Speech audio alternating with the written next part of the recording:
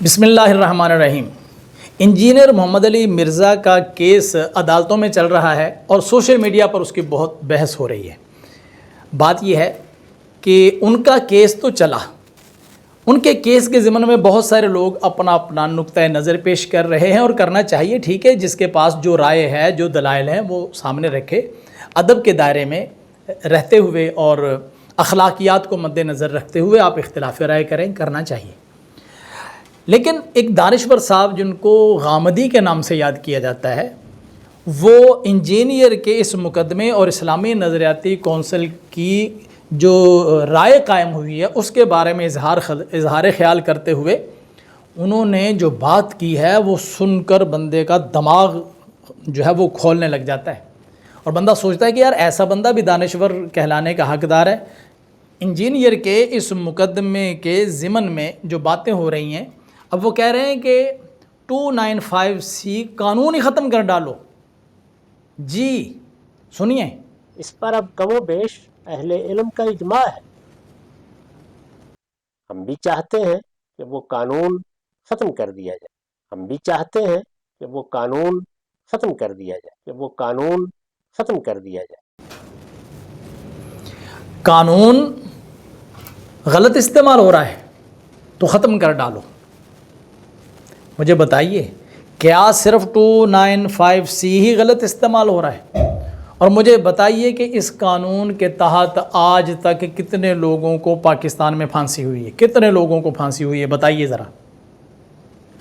اور اس کے مقابلے میں ذرا اگر تقابل کر کے دیکھتے ہیں کہ پاکستان کا پورا آئین، پاکستان کا سارا قانون آپ مد نظر رکھیں تو مجھے بتائیے کہ اس کا کون سا قانون ایسا ہے جس کا غلط استعمال پاکستان میں نہیں ہو رہا۔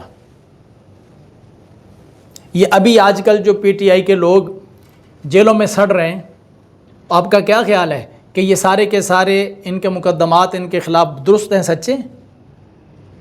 قانون کا غلط استعمال ہو رہا ہے نا، 3 MPO کا غلط استعمال ہوتا ہے کہ نہیں، اور 16 MPO کا استعمال غلط ہوتا ہے کہ نہیں، آپ جو دفعہ 44 ہے اس کا استعمال غلط ہوتا ہے کہ نہیں؟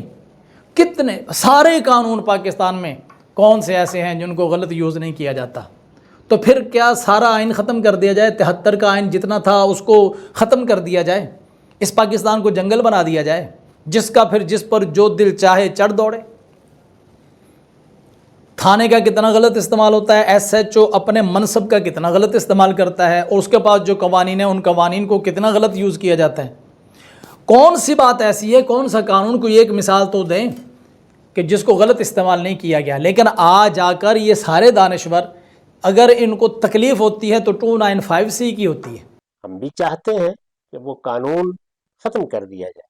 باقی پورے قانون جو خلاف ورزیاں ہو رہی ہیں اور قانون غلط استعمال ہو رہے ہیں، قانون کا سہارا لے کر جو ہے وہ لوگوں کو ناجائز طور پر جیلوں میں ڈالا جاتا ہے۔ اب یہ کہتے ہیں کہ جی نہیں جی، اس کی وجہ سے لوگ ناجائز جیلوں میں پڑے رہتے ہیں، وہ ناجائز ان کی قید برداشت کرتے ہیں۔ بھائی ہم مانتے ہیں، ہمیں یہ درد ہے، ہمیں یہ احساس ہے، لیکن وہ جو ناجائز جیلوں میں سڑتے ہیں وہ اس قانون کی وجہ سے نہیں سڑتے، وہ آپ کے عدالتی نظام کی وجہ سے سڑتے ہیں۔ اب ایک کیس لاہور کے اندر 2001 میں فائل ہوا انور مسیح کا، اور 2024 میں جا کر سپریم کورٹ سے اس کا فیصلہ ہوا، یعنی 2001 سے لے کر 24 تک کتنا عرصہ وہ بندہ جیل میں پڑا رہا؟ کیوں نہیں عدالتوں نے وہ مقدمہ جلدی سنا؟ تو یہ ہمارا نظام غلط ہے۔ میرا اپنا ایک مقدمہ تھا، وہ 2 مہینے میں 3 مہینے میں ختم ہونے والا تھا، 6 سال تک وہ فوجداری مقدمہ، 6 سال، ابھی اس 15 تاریخ کو وہ ختم ہوا۔ تو یہ ہمارا عدالتی نظام خراب ہے۔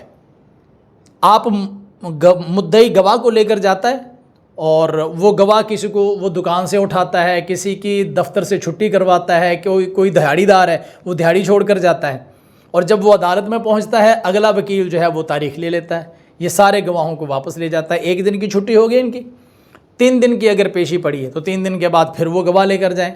اگلا دن کیا ہوا جی، کوئی ہڑتال ہوگی، گواہوں کی چھٹی ہوئی اور گواہی پھر پیش نہ ہوئی۔ یہ میرے اپنے ساتھ یہ سارا معاملہ پیش آیا ہے اور لوگ سارے اس چیز کو دیکھتے ہیں۔ 8-10 مرتبہ وہ گواہ تو آپ کے ساتھ جائیں گے. اس کے بعد جو آدمی دن میں دیہڑی کرے گا تو شام کو اپنے بچوں کے لیے روٹی لے کر جائے گا. مجھے بتائیے وہ اتنے دن گواہیوں کے لیے آ سکتا ہے؟ ایک دن آتا ہے وہ کہتے ہیں یار نہیں ہم تمہاری گواہیوں کے لیے پیش نہیں ہو سکتے. تو یہ ہمارا عدالتی نظام خراب ہے. یہ قانون کے پیچھے نہ پڑیں، آپ نظام کے پیچھے پڑیں کہ نظام غلط ہے. ہم تو کہتے ہیں کہ ایف آئی آر کٹے، ایف آئی آر کے بعد صبح شام دن رات ہر دن یہ پیشیاں پڑھیں اور 1 مہینے کے اندر اندر اس کا فیصلہ ہو جائے. ہمارے جب فیصلے آتے ہیں، فیصلے آنے کے دن جب شہادتیں لگتی ہیں، آدھے گواہ تو ویسے مر چکے ہوتے ہیں، آدھے لوگوں کو واقعی بھول چکا ہوتا ہے، اپنے ساتھ پیش آیا واقعہ بھول چکا ہوتا ہے. کیا وہاں پر بندہ گواہی دے گا؟ اور جب گواہ ختم ہو گئے تو کون سا قصہ اور کون سا مقدمہ اور کون سا واقعہ؟ تو یہ اصل بات یہ ہمارے عدالتی نظام کی ہے، اس کو ٹھیک کیا جائے، اس کا طریقہ کار درست کیا جائے. اب قانون کے پیچھے وہ بابا جی فرمایا کرتے تھے نا کہ پیڑاں ہور تے پھکیاں ہور.